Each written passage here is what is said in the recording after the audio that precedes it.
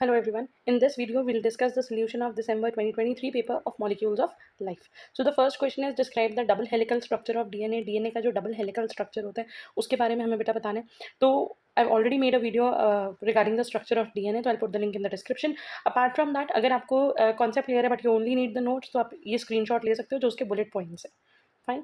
Next question, what are the forces that account for stability of DNA double helix. तो ऐसी क्या चीज़ें हैं, डीएनए एक इतना बड़ा मॉलिक्यूल है, there are so many nitrogenous bases, sugar molecule, phosphate groups, लेकिन फिर भी वो स्टेबल है. वो डबल हेलिकल स्ट्रक्चर में स्टेबल क्यों है, ऐसे कौन से फोर्सेज है? तो अगर हम 2-3 फोर्सेस की बात करें तो एक है हाइड्रोजन बॉन्ड जो कि प्रेजेंट होता है बेस पेयर्स के बीच में, नाइट्रोजनस बेसिस के बीच में. ए और टी जो है बेटा वो डबल बॉन्ड से अटैच होते हैं. जी और सी जो है वो ट्रिपल बॉन्ड से अटैच होते हैं. तो ये जो हाइड्रोजन बॉन्डिंग है ये बहुत इंपॉर्टेंट रोल प्ले करती है स्टेबिलिटी ऑफ डीएनए हेलिक्स के लिए. ठीक है. Specific hydrogen bond between base pair that is AT and GC is responsible for unique relationship between the base sequence of the two strands. It contribute little to its stability of the double helical structure. और double helical structure की भी stability में इन base pairing का या इन hydrogen bonding का role है. The latter is mostly attributed to the interaction of bases with each other on being stacked one above the other. लेकिन जो स्टेबिलिटी के लिए मेन रोल है ना वो है हमारा स्टैकिंग इंट्रैक्शन. स्टैकिंग इंट्रैक्शन का मतलब ये है कि अगर मान लो यहाँ पे बेस पेयर है एटी, इनके बीच में डबल बॉन्ड है, ठीक है, लेकिन यहाँ अगर मान लो है जीसी, तो ये जो एक पेयर और दूसरा पेयर, ये जो एक के ऊपर एक ये लग रही है, इनके बीच में ऐसे कौन से फोर्सेस प्रेजेंट है जो इनको स्टेबल स्टैक करने में, one above the other place करने में हमें हेल्प कर रहे हैं. तो यहाँ पे जो फोर्सेस प्रेजेंट है ना बेटा उनको बोलते हैं स्टैकिंग इंट्रैक्शंस. और इन स्टैकिंग इंट्रैक्शन में मेनली हाइड्रोफोबिक इंट्रैक्शंस है. हाइड्रोफोबिक इंट्रैक्शंस का मतलब होता है कि जो आयनिक नहीं है इसमें हमारे पास वैंडरवॉल फोर्सेस भी आ जाते हैं.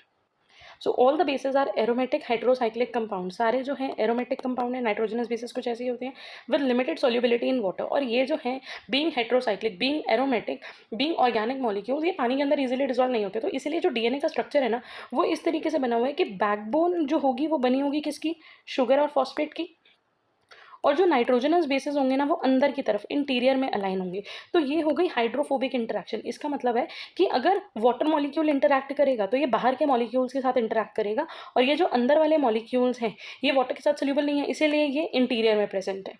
ठीक है, एक second, let me clear this thing. या now, with limited solubility in water and strong tendency for interacting with each other. In DNA double helical structure, the bases are stacked on top of each other. The forces holding them together are sometimes referred as hydrophobic interactions. These may be similar to but not entirely identical with the hydrophobic interaction responsible for formation of biomembrane lipid bilayers. जो plasma membrane बनती है वहाँ पे जो lipid bilayer बन रही है वहाँ पे जो प्रोटीन मॉलिक्यूल्स हैं या लिपिड मॉलिक्यूल्स आपस में एक दूसरे के साथ इंटरैक्ट कर रहे हैं, उस इंटरैक्शन के लिए भी जो फोर्सेस रिस्पॉन्सिबल है वो नॉन आयनिक फोर्सेस है. मतलब कि वहाँ पे भी वैंडरवुल्फ फोर्सेस, हाइड्रोफोबिक इंटरैक्शंस, ये चीज़ें रोल प्ले कर रही हैं. ये उतना सिमिलर नहीं है बट हाँ यहाँ पे हाइड्रोफोबिक इंटरैक्शंस जो है वो मेजर रोल प्ले कर रही हैं. ओके, उसके अलावा आप कुछ पॉइंट नोट कर सकते हो जैसे कि हाइड्रोजन बॉन्डिंग हमने डिस्कस कर लिया. बेस स्टैकिंग इंटरैक्शन में मेनली आ गई हाइड्रोफोबिक और वैंडरवॉल्फ फोर्सेस. उसके बाद है ionic interaction. These ionic interactions occur between the negatively charge phosphate backbone and positively charge magnesium. अब यहाँ पे बहुत बार आर्जिनिन, लाइसिन, ऐसे अमीनो एसिड्स प्रेजेंट होते हैं जिसके अंदर आयंस प्रेजेंट है, मैग्नीशियम या कैल्शियम. तो ये जो फॉस्फेट बैकबोन है, अब अगर आप देखो जो नाइट्रोजनस बेसिस है वो अंदर की तरफ है, यहाँ पे हो गया जो बैकबोन मेन है वो किससे बनी हुई है, शुगर मॉलिक्यूल और फॉस्फेट ग्रुप से. ठीक है. अब फॉस्फेट ग्रुप तो नेगेटिवली चार्ज होता है, वो तो आयनिक है. तो नेगेटिव चार्ज बहुत ज़्यादा, अगर वहाँ पे कोई आसपास पॉजिटिव चार्ज है तो उसके साथ बाउंड करेगा, उसके साथ इंटरैक्ट करेगा और वो बॉन्डिंग जो है वो स्टेबिलिटी में कंट्रीब्यूट करेगी. तो आयंस जैसे कि कैल्शियम, मैग्नीशियम, ऐसे आयंस प्रेजेंट होते हैं जिनके साथ ये बाइंड करता है, और अगेन ये आयनिक इंट्रैक्शंस भी डीएनए को स्टेबल करने में हेल्प करती है. Another one more important point is phosphodiester bond. जो शुगर मॉलिक्यूल है, जैसे ये रहा शुगर मॉलिक्यूल और ये रहा फॉस्फेट ग्रुप, तो जो फॉस्फेट ग्रुप और शुगर मॉलिक्यूल आपस में इंटरैक्ट होते हैं वो कौन से बॉन्ड से होते हैं, फॉस्फोडाइएस्टर बॉन्ड. और क्योंकि ये जो इंटरैक्शन है शुगर का फॉस्फेट के साथ, शुगर का फॉस्फेट के साथ, ये इंटरैक्शन बहुत स्टेबल है and this interaction is phosphodiester bond. So these are the four basic things, that is hydrogen bonding, base stacking interaction which include hydrophobic and van der Waals forces, ionic interactions of phosphate group with the ions like magnesium or calcium, and phosphodiester bond. Next question, what are eicosanoids and explain their physical function. Beta इकोसिन का मतलब होता है 20. तो ऐसे carbon compounds जो या ऐसे मॉलिक्यूल्स जो 20 कार्बन से बने हुए हैं. So this class of compound eicosanoids ये जो होते हैं ये हमें डिराइव कहाँ से मिलते हैं, लिपिड से. अगर देखा जाए ना बेसिकली प्लाज्मा मेम्ब्रेन के अंदर फॉस्फोलिपिड्स प्रेजेंट है, उन फॉस्फोलिपिड से ये डिराइव होते हैं. ठीक है. फॉस्फोलिपिड के अंदर एराकिडोनिक एसिड प्रेजेंट है which is tetra enoic acid. Tetra enoic acid, tetra means 4 और इन वर्ड रेफर करता है डबल बॉन्ड को. तो इराकिडोनिक एसिड एक ऐसा एसिड है जिसके अंदर 4 डबल बॉन्ड्स प्रेजेंट है, और यही एक प्रिकर्सर है जो हेल्प करता है these 20 carbon molecule which are lipid like इनकी फॉर्मेशन में। ठीक है जी। तो ये जो इकोसनॉइड्स हैं ये बेसिकली कहाँ से बन रहे हैं? पूफा। पूफा मतलब कि poly unsaturated fatty acid. Poly unsaturated, unsaturated का मतलब होता है जहाँ पे डबल या ट्रिपल बॉन्ड हो, और पॉली का मतलब होता है बहुत सारे, क्योंकि एराकिडोनिक एसिड एक ऐसा मॉलिक्यूल है जिसके अंदर 4 डबल बॉन्ड है, तो it is one of the PUFA. ठीक है। दे कंप्राइज, तो इकोसनॉइड्स के अंदर कौन कौन कंप्राइज करते हैं? प्रोस्टाग्लैंडिन, थ्रोम्बोक्सिन्स और leukotrienes. They are derived from arachidonic acid which contains 4 double bond. They have profound effect on smooth muscle contraction, mediation of hormonal effect, increase in blood pressure, blood clotting, inflammatory responses। मतलब ये हमारी muscle contraction को control कर रहा है, हमारे hormones को control कर रहा है, ब्लड प्रेशर को, ब्लड क्लॉटिंग को, इन्फ्लेमेटरी रिस्पॉन्स जैसे कि हमारी जो स्वेलिंग, पेन, फीवर, ये सारी चीज़ें इनको कंट्रोल करते हैं। Prostaglandins have a cyclopentane ring and are so called because they are the first isolated from the secretions of prostate gland. इनके अगर आप इसका स्ट्रक्चर देखो बेटा, ये है एराकिडोनेट, तो मतलब एराकिडोनिक एसिड ये है, वहाँ से हमें 3 मॉलिक्यूल मिल रहे हैं, प्रोस्टाग्लैंडिन, थ्रोम्बोक्सिन और ल्यूकोट्राइन्स। अगर आप इनका और इनका स्ट्रक्चर कंपेयर करें तो काफ़ी ज़्यादा सेम है। प्रोस्टाग्लैंडिन के अंदर एक साइक्लोपेंटेन रिंग प्रेजेंट है, तो प्रोस्टाग्लैंडिन के अंदर एक साइक्लोपेंटेन रिंग प्रेजेंट है। इनका नाम प्रोस्टाग्लैंडिन क्यों पड़ा? क्योंकि ये फर्स्ट टाइम जब डिस्कवर करे थे या जब आइसोलेट करे थे तो प्रोस्टेट ग्लैंड की सिक्रीशन से करे थे। They exist in all tissues and act as local hormones and exert important physiological and pharmacological effects. जैसे कि कुछ इसके अगर हम फंक्शंस देखें तो ब्लड प्रेशर को अफेक्ट करना, ब्लड क्लॉटिंग को अफेक्ट करना, गैस्ट्रिक सिक्रीशन को हेल्प करना, यूट्राइन मसल्स की कॉन्ट्रैक्शन में या रिप्रोडक्शन में हेल्प करना। Another class of compound, thromboxanes, first discovered in platelets, have 6 membered ether ring called the oxane ring. तो अगर आप यहाँ पे देखो, ये हमें सबसे पहले कहाँ मिले थे? प्लेटलेट्स में, और इसके पास एक 6 मेंबर्ड ईथर रिंग है विच इज दिस। ठीक है, and are derived from prostaglandins. They have potent effect on arterial walls of blood vessels and are implicated in several cardiovascular disorders. The last one is leukotrienes, the third group of eicosanoids. First found in leukocytes, मतलब कि WBCs के अंदर, they are characterized by the presence of 3 conjugated double bonds. अगर आप इसका structure देखो तो 3 conjugated double bond है। conjugated double bond का मतलब होता है alternate, जैसे एक है फिर नहीं है, फिर है फिर नहीं है, फिर है फिर नहीं है, तो मतलब कि 3 conjugated double bonds जो है वो यहाँ पे प्रेजेंट है। Leukotrienes cause vascular permeability. Vascular permeability ना हेल्प करती है इन्फ्लेमेशन में। जब स्वेलिंग हो रही होती है तो उस टाइम वैसोडाइलेशन होती है, जो ब्लड वेसल्स होते हैं वो डायलेट करते हैं, कुछ चीज़ों को परमिट करेंगे इंट्रासेल्युलर स्पेस में एंटर करने के लिए, और कुछ चीज़ों को नहीं करेंगे। They attract and activate leukocyte and are also important regulator of many diseases including inflammatory reactions like asthma. ठीक है जी। तो ये 3 मेन कैटेगरीज हैं इकोसनॉइड्स के, और इनके अलग अलग फिजियोलॉजिकल इफेक्ट्स जो हैं वो मेंशन्ड है। So eicosanoids are lipid-based signaling molecules. They play a unique role in innate immune response. हमारी जो natural immunity है उसमें इसका बहुत इंपॉर्टेंट रोल है. Multiple type of eicosanoids such as prostaglandin, leukotrienes allow the innate immune cells to respond rapidly to bacterial invaders. या जब हमारी बॉडी के अंदर बैक्टीरिया एंटर करता है तो उसके रिस्पॉन्ड में ये एक्ट करते हैं। ठीक है, so this is again one more thing जहाँ पे आप स्क्रीनशॉट ले सकते हो, जो बहुत पॉइंट वाइज इसका फंक्शन एनालिस्ट कर रहा है कि प्रोस्टाग्लैंडिन हेल्प करता है हमें पेन सेंसिटिविटी में, इन्फ्लेमेशन में, स्वेलिंग में, थ्रोम्बोक्सिन्स हेल्प करते हैं ब्लड क्लॉटिंग में या आर्टरीज के कंस्ट्रक्शन में, और ल्यूकोट्राइन्स जो होते हैं वो WBCs को इंट्रैक्ट करते हैं और inflammatory diseases like asthma, arthritis वगैरह में इन्वॉल्व होते हैं रिस्पॉन्स जनरेट करने में। The next question is difference between reducing and non-reducing sugar. So it is a repeated question of the paper December 2022. Next, how does the pH and temperature affect the activity of enzymes. तो basically ये हमने cover करा हुआ है factor affecting enzymes में, तो I put the link in the description of this video, but otherwise आप देख सकते हो एंजाइम पे आई हैव कवर्ड 3 वीडियोस जिसके अंदर हमने उसके बारे में बेसिक सारी चीज़ें पढ़ी हैं जो कि एग्जामिनेशन पॉइंट ऑफ व्यू से इंपॉर्टेंट है। Next important question, describe the conversion of fatty acids into acyl coenzyme A during the metabolic degradation of fatty acid. जब भी फैटी एसिड डिग्रेडेशन होते हैं तो सबसे पहले वो एक्टिवेट हो जाते हैं और वो कन्वर्ट होते हैं असाइल कोएंजाइम ए में, मतलब फैटी असाइल कोएंजाइम ए में। तो ये स्टेप हमने पढ़ना है कि ये कैसे होता है। ठीक है, the free energy stored in pyrophosphate linkage of ATP is utilize to derive the formation of thioester linkage. Basically बेटा क्या है, एस्टर लिंकेज फॉर्म हो रही है, कोएंजाइम ए के साथ SH ग्रुप लिंक्ड है। ठीक है, और यहाँ पे जो भी फैटी एसिड होता है उसके एंड में कार्बोक्सिल ग्रुप तो प्रेजेंट होता ही है, तो ये कार्बोक्सिल ग्रुप और ये कोएंजाइम ए के साथ जो SH ग्रुप है ये दोनों आपस में एक दूसरे के साथ कंबाइन करेंगे with the help of ATP। ये ATP क्या करेगा, ये चेंज हो जाएगा AMP में और रिलीज हो जाएंगे इनऑर्गेनिक फॉस्फेट ग्रुप जिनको हम बोल रहे हैं पायरोफॉस्फेट। ठीक है, तो जब भी ATP ब्रेक डाउन होता है तो एनर्जी रिलीज होती है, यहाँ पे 2 फॉस्फेट ग्रुप्स रिलीज हो रहे हैं, तो कॉन्सिडरेबल अमाउंट ऑफ एनर्जी रिलीज हो रही है जो इस रिएक्शन को ड्राइव करने में बहुत ज़्यादा हेल्पफुल है। ठीक है, so basically formation of thioester linkage between the carboxyl group of fatty acid and SH group of coenzyme A.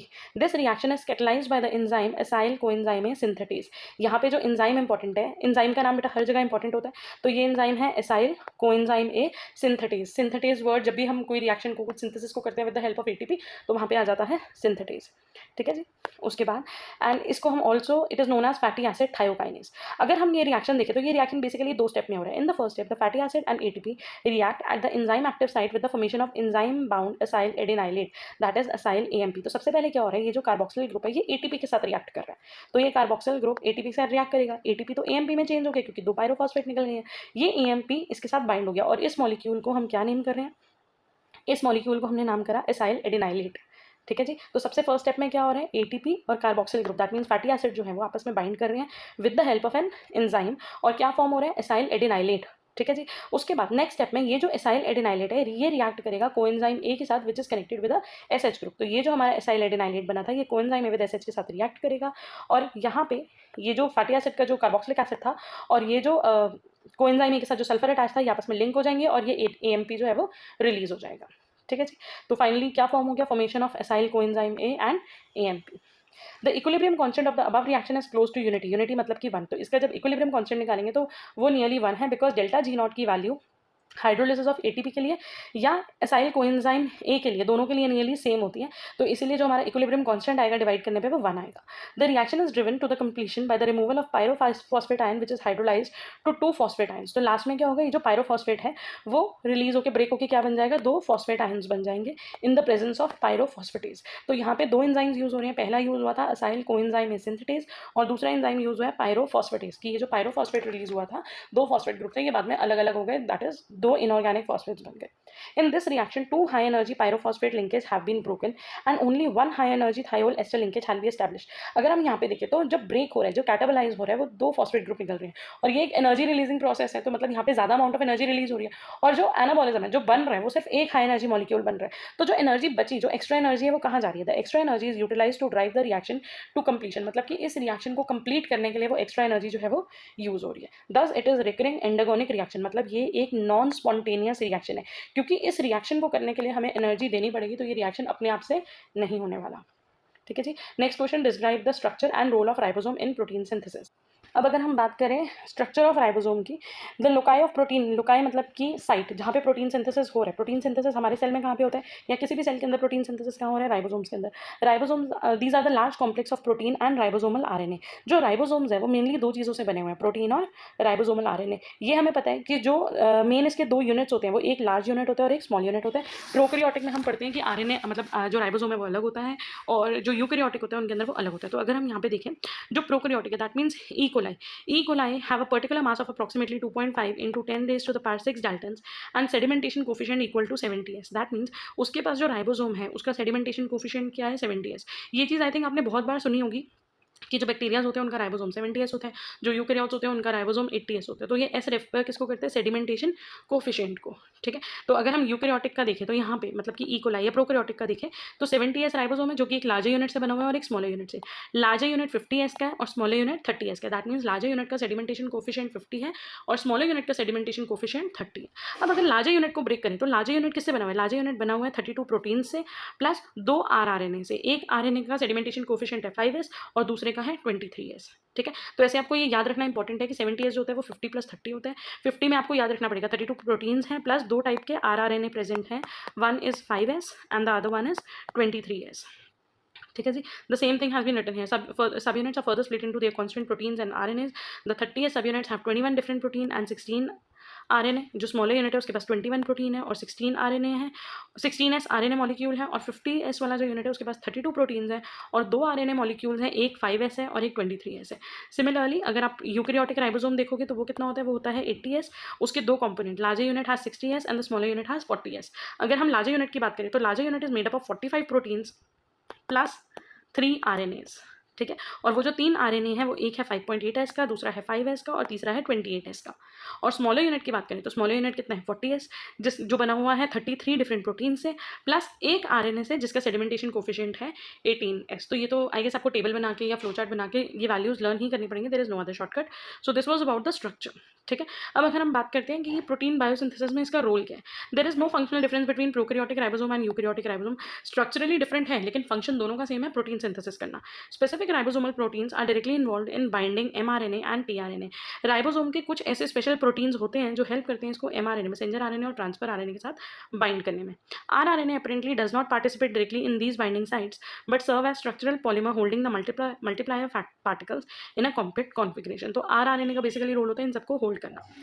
The ribosome has 2 binding site for tRNA molecule. I think आपने previous papers पढ़े हैं तो उनमें हमने protein biosynthesis को पढ़ा था, और जब हमने प्रोटीन बायोसिंथेसिस पढ़ा था तो हमने ये A site, P site, T site इन सबके बारे में पढ़ा था.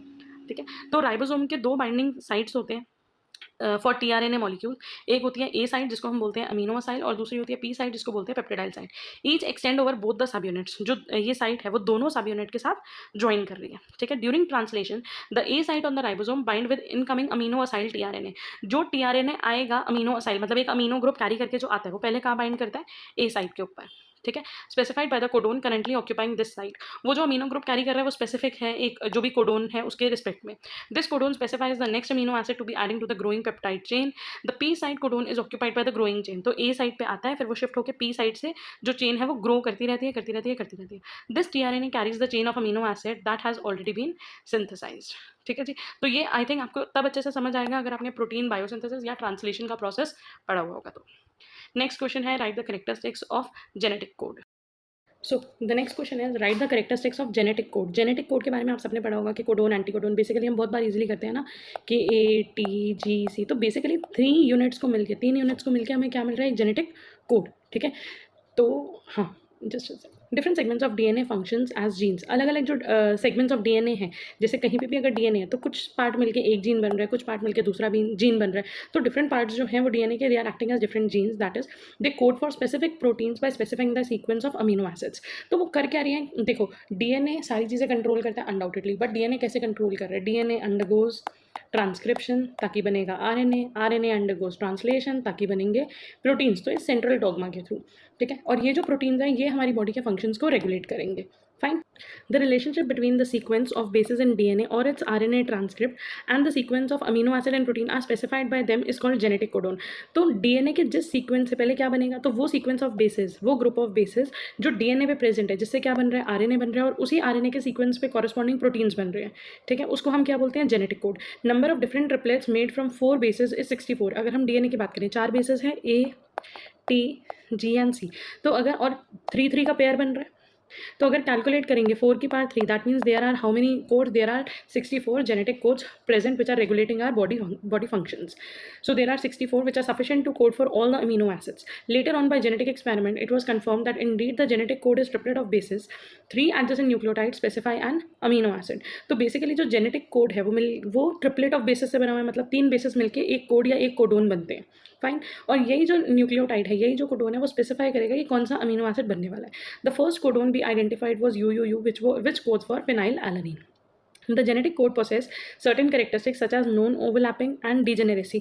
तो अगर हम characteristics of genetic code की बात करें तो इनके 2 important characteristics हैं. एक ये non-overlapping होते हैं और ये degeneracy मतलब कि degenerating होते हैं. By non-overlapping we mean that any base can be part of one triplet codon and is not used in another codon.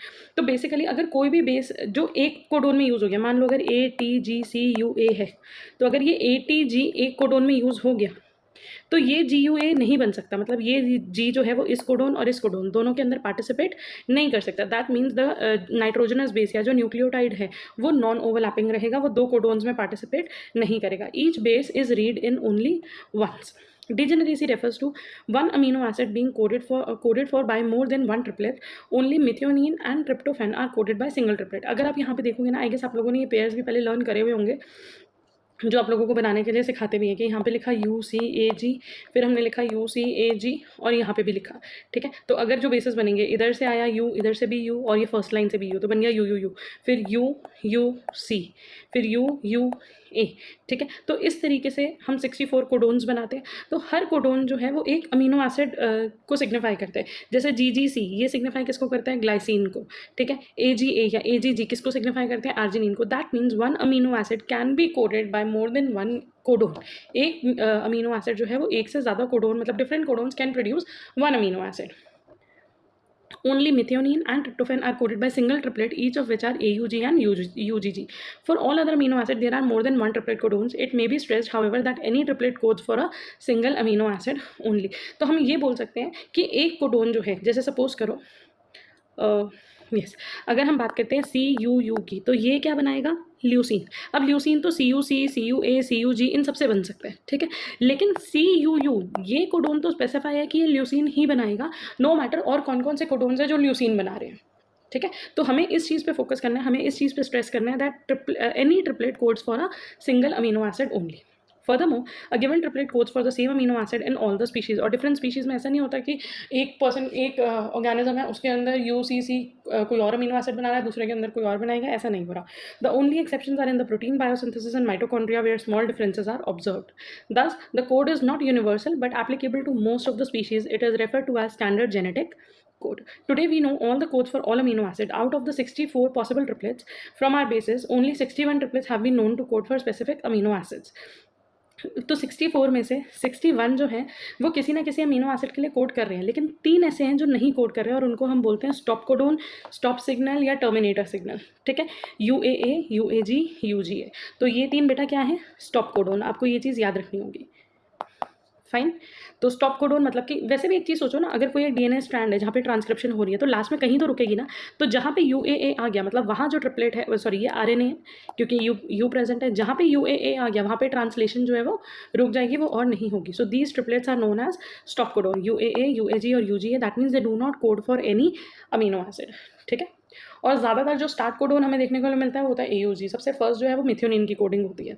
These functions as chain terminator or stop signal. The triplet AUG also serve as initiator codon for the starting synthesis of new polypeptide. तो start codon कौन सा है, AUG which code for methionine। तो अगर हम genetic code के characteristic की बात करें, ये हमेशा ट्रिपलेट में होते हैं। Each 3 nucleotide codon in the mRNA specifies one amino acid. It is comma free, बीच में कोई कॉमा वगैरह कुछ लगाने की जरूरत नहीं है। अगर UAG तो हमें ये नहीं कि अब कॉमा लगा के UAC लिखेंगे, no, we will simply write UAG UAC। It is but natural कि वो 3 में ही रीड करना है। It is almost universal as we said कि मेनी ऑर्गेनिज्म मतलब मोस्ट ऑफ द ऑर्गेनिज्म के अंदर the same codon codes for the same protein. It is degenerate of 20 amino acids, 18 are coded by more than one codon. Methionine और tryptophan जो होते हैं वो exception है, they are only coded by one, they are only produce through one codon. The code has start and stop signal. Start होता है AUG और stop होता है UAG, UAA और UGA, जिनको एम्बर, ओक्रे और ओपाल भी बोलते हैं। Womble occurs in the anticodon. The third base in the codon is unable to pair unless less specifically because it is less constrained three-dimensionally. It wobbles, allowing a tRNA with base modification of its anticodon to recognize up to 3 different codons. ये वाला point important नहीं है, ये point वहाँ important होता है जहाँ पे RNA में मॉडिफिकेशन होती है, क्योंकि लास्ट वाला जो कोडोन है वो कभी कभी मिसपेयर कर देता है, बट वो म्यूटेशन अभी it is not part of this question.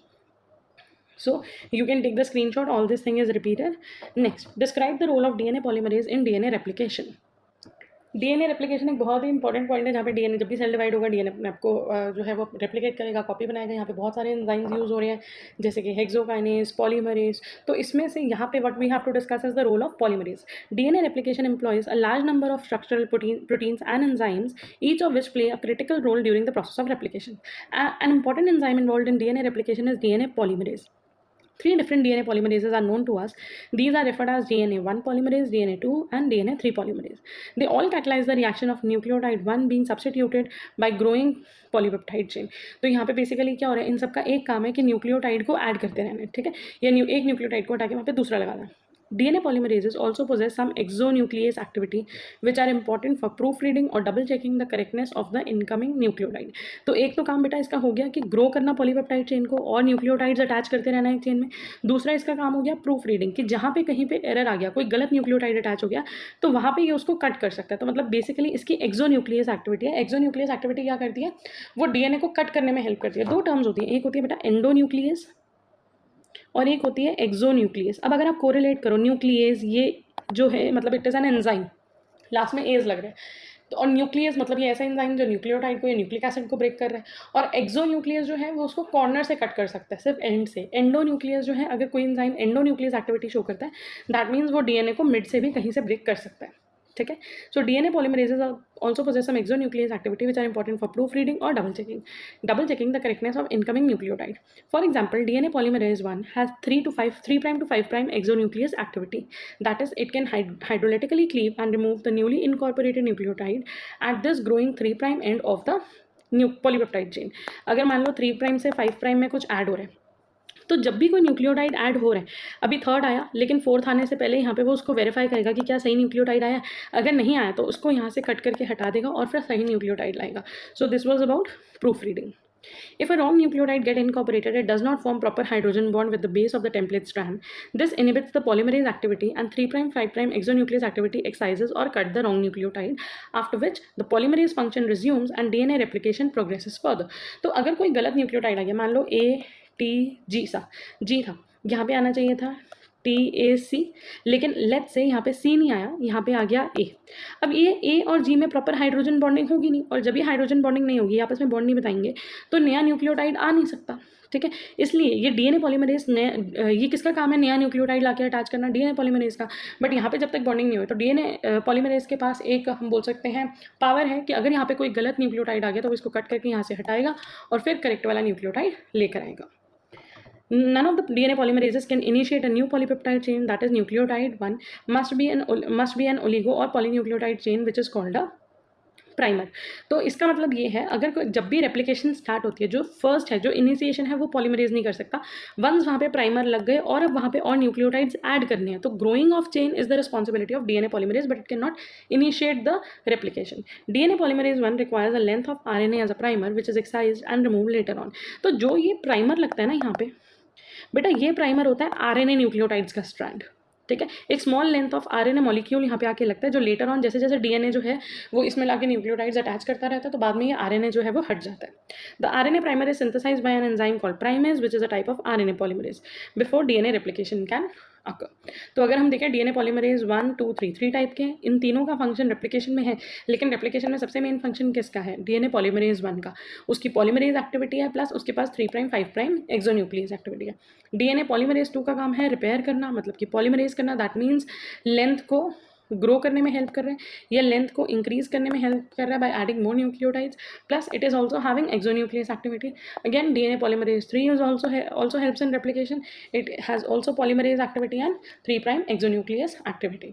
So this is basically a chart which you can take a screenshot, क्योंकि आपको जेनेटिक्स में या और किसी सब्जेक्ट में भी ये हेल्प कर सकते हैं, जहाँ पे हम सारे एंजाइम्स की बात कर रहे हैं जो रेप्लिकेशन में हेल्प करते हैं, like DNA pause, helicase, ligase, primase, sliding clamp, topoisomerase, single stranded binding proteins. So moving on to the next question, ATP is considered the energy currency of the cell. I will put in the link in the description. This question was repeated in previous papers. I don't remember in which year paper this question has been repeated, but yeah, I'm sure that it has been there in 2 to 3 papers.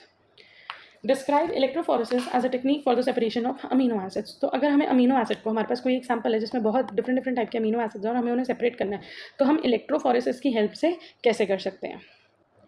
Paper electrophoresis involves placing a mixture of protein और amino acid and an electric field at a constant pH. I guess आप लोगों को electrophoresis का idea होगा. Electrophoresis क्या होता है, यहाँ पे जो आपके कोर्स में जो बताया हुआ है या अदरवाइज जो बताया हुआ है, वो अमीनो एसिड को जब हम सेपरेट कर रहे हैं तो हम पेपर पे उस सैंपल को लोड करते हैं. अदरवाइज अगर प्रोटीन को सेपरेट करा जाता है तो जेल इलेक्ट्रोफोरेसिस करते हैं, कि एक जेल लेते हैं, उसके अंदर हम जो भी हमारा सैंपल है वो मिक्स कर देते हैं, and when the current is pass through it the gel will run and the different proteins will get separated. Somehow something similar will happen here also. हमने एक पेपर लिया, उस पेपर के हमने अमीनो एसिड्स को लोड कर दिया. जब हम पॉजिटिव टू नेगेटिव इलेक्ट्रिसिटी चलाएंगे तो इलेक्ट्रिसिटी की वजह से ये डिफरेंट एफिनिटी से रन करेंगे. जब ये रन करेंगे तो अलग अलग स्पीड पे भागने की वजह से ये अलग अलग पोजिशन पे रुक जाएंगे और सेपरेट हो जाएंगे. ठीक है जी, yes. Molecules with a net charge will move towards the opposite electrodes, whereas dipolar ions with a net zero charge will not migrate. जो dipolar है, मान लो उन पे पॉजिटिव भी और नेगेटिव भी और ओवरऑल चार्ज जीरो है, तो वो मूव नहीं करेंगे. वो जिस पोजीशन पे है, मान लो हमने सेंटर में लोड करा, वो जिस पोजीशन में है वो उधर ही रहेंगे. यहाँ पे पॉजिटिव टर्मिनल है, यहाँ पे नेगेटिव टर्मिनल है. जितने भी एनायंस है, ठीक है, वो एनोड की तरफ पॉजिटिव टर्मिनल की तरफ रन करना शुरू कर देंगे. जितने कैटायंस है वो कैथोड की तरफ रन करना शुरू कर देंगे. And this is how the separation of amino acids will take place. It is the separation of amino acids based on migration of amino acids in an electric field. In the experimental procedure, the amino acid mix is spotted onto a sheet of filter paper. तो filter paper पे हमने spot बना लिया. The paper is wet with a buffered salt solution and placed between two electrodes. और वो जो paper होता है उसको गीला करा जाता है बिकॉज मॉलिक्यूल की जो मूवमेंट होती है उसके लिए एक्वस या फ्लूइड मीडियम होना जरूरी है. और अब हमें एक ऐसा फ्लूइड चाहिए जिसमें अमीनो एसिड अच्छे से डिजोल्व हो सके और रन हो सके. तो पेपर को हम वेट करते हैं एक बफर सॉल्ट सोल्यूशन में और उस पेपर को दो इलेक्ट्रोड्स मतलब कि पॉजिटिव और नेगेटिव इलेक्ट्रोड्स के बीच में हम रख देते हैं and high voltage is applied. At the neutral pH, the acidic amino acid will have a net charge and will migrate towards the anode. तो जो एसिडिक अमीनो एसिड है उनके ऊपर एक नेगेटिव चार्ज होगा और वो कौन सी साइड पे जाएंगे, पॉजिटिव की तरफ. जो बेसिक अमीनो एसिड है उनके ऊपर एक पॉजिटिव चार्ज होगा and they will move toward negative Paul. लेकिन जो न्यूट्रल अमीनो एसिड है वो ज़्यादा माइग्रेट नहीं करेंगे जब तक पीएच हम उसका चेंज नहीं कर सकते एसिडिक और बेसिक में. तो अगर आप यहाँ पे देखो आपको फ्रंट और टॉप व्यू दिखाया हुआ है कि कैसे होता है पेपर इलेक्ट्रोफोरेसिस. ये एक फ्रंट व्यू है, ठीक है. और ये हमें दिखाया हुआ है टॉप व्यू. ये बीच में वो पेपर है, यहाँ पे हमने वो अमीनो एसिड जो भी हमारे पास अमीनो एसिड का मिक्सचर था डिफरेंट वेल्स या डिफरेंट स्पॉट्स बना के अच्छे से लोड कर दिया. जब करंट पास करेगा some of them will pass towards cathode, some will pass towards anode and the one which are neutral will remain there at the centre only. Next question is discuss any one method for used for sequencing of amino acids. June 2022 paper में ये question आ चुका है. I will put the link in the description. Differentiate between anabolism and catabolism. Anabolic और जो भी हमारा metabolism होता है उसमें दो तरीके के प्रोसेस होते हैं. एक होता है एनाबॉलिज्म, एक होता है कैटाबॉलिज्म. कैटाबॉलिज्म में चीज़ें ब्रेक होती हैं, ठीक है. और एनाबॉलिज्म में चीज़ें बिल्ड होती है. जब भी हमारी बॉडी के अंदर कोई चीज़ें बिल्ड हो रही है, कुछ चीज़ बन रही है, तो वो एक एनाबॉलिक रिएक्शन है. जब भी हमारी डाइजेशन हो रही है या कोई भी चीज़ ब्रेक डाउन हो रही है टू प्रोड्यूस एनर्जी और any other thing, that is catabolism. So catabolism refers to breakdown of complex organic compounds into simpler one or simple inorganic molecules with the release and transmutation of energy. Whereas anabolism refers to the synthesis of complex organic compound from simpler molecules with the input of chemical energy. कि यहाँ बहुत सारा ATP present है, अब उस ATP को use करके body जो है वो ग्लूकोज को ग्लाइकोजन में कन्वर्ट करके स्टोर करती जा रही है, ठीक है. तो ये जो प्रोसेस हो गया ये हमारा क्या हो गया, एनाबॉलिज्म. तो एनाबॉलिज्म बिल्डिंग अप प्रोसेस है. स्मॉलर मॉलिक्यूल्स कंबाइन करके लार्जर मॉलिक्यूल्स बनाते हैं. इसमें केमिकल एनर्जी यूज होती है जैसे कि synthesis of protein from amino acid. Catabolism breakdown हो रही हैं चीज़ें, लार्जर मॉलिक्यूल ब्रेकडाउन हो रही है स्मॉलर में. यहाँ पे केमिकल एनर्जी रिलीज हो रही है. For example breaking down of glucose जब रेस्पिरेशन में होता है. तो एक और मैंने टेबल दिया, आप स्क्रीनशॉट ले सकते हो if you want to add more points to your answer. So reaction in which complex structures can be formed from simple structures या फिर building up of large compound होता है उसको बोलेंगे हम एनाबॉलिक रिएक्शन. एनर्जी जो होती है वो कंज्यूम होती है. These reactions are generally carried out for growth and maintenance purposes. Hormones that help in carrying out the anabolic reactions are androgens. ज़्यादातर टेस्टोस्टेरोन या एस्ट्रोजन या इंसुलिन ये जो हार्मोन्स होते हैं वो रिस्पॉन्सिबल होते हैं. Energy stored in the form of ATP during catabolic reaction is used up by the body when needed. Catabolic reaction में सिंपल सब्सटेंसेस जो हैं वो बन रहे हैं फ्रॉम कॉम्प्लेक्स सब्सटेंसेस. एनर्जी जो है वो रिलीज हो रही है. ये रिएक्शन बॉडी कैरी आउट करती है अलग अलग चीज़ों को ब्रेक डाउन करने के लिए या जो स्टोर्ड फॉर्म ऑफ एनर्जी है उसे ब्रेक डाउन करके उससे एनर्जी डिराइव करने के लिए.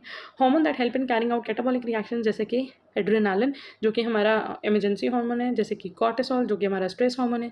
Energy stored in the form of ATP known as the main energy to assist the body in performing various anabolic reaction. तो यहाँ पे ब्रेक डाउन होकर जो एनर्जी रिलीज हो रही है वही एनर्जी हेल्प करेगी एनाबॉलिक रिएक्शंस को ड्राइव करने के लिए. Write the reaction of conversion of glyceraldehyde 3-phosphate to pyruvate during glycolysis. This is a question of chapter 15 I guess which is bioenergetics. So I will put a separate video for this because इस chapter में से bioenergetics में से हर साल कोई ना कोई question आता ही है and there are 4 to 5 questions which are interrelated. So I will put a separate video and will definitely put the link in the description of the same. Short note on any two of the following. Photophosphorylation हम कर चुके हैं एक separate video में. Complex polysaccharides भी हम कर चुके हैं एक वीडियो में. लिपोप्रोटीन्स हम कर चुके हैं दिसंबर 2022 के पेपर में. इन सब के लिंक आपको डिस्क्रिप्शन बॉक्स में मिल जाएंगे.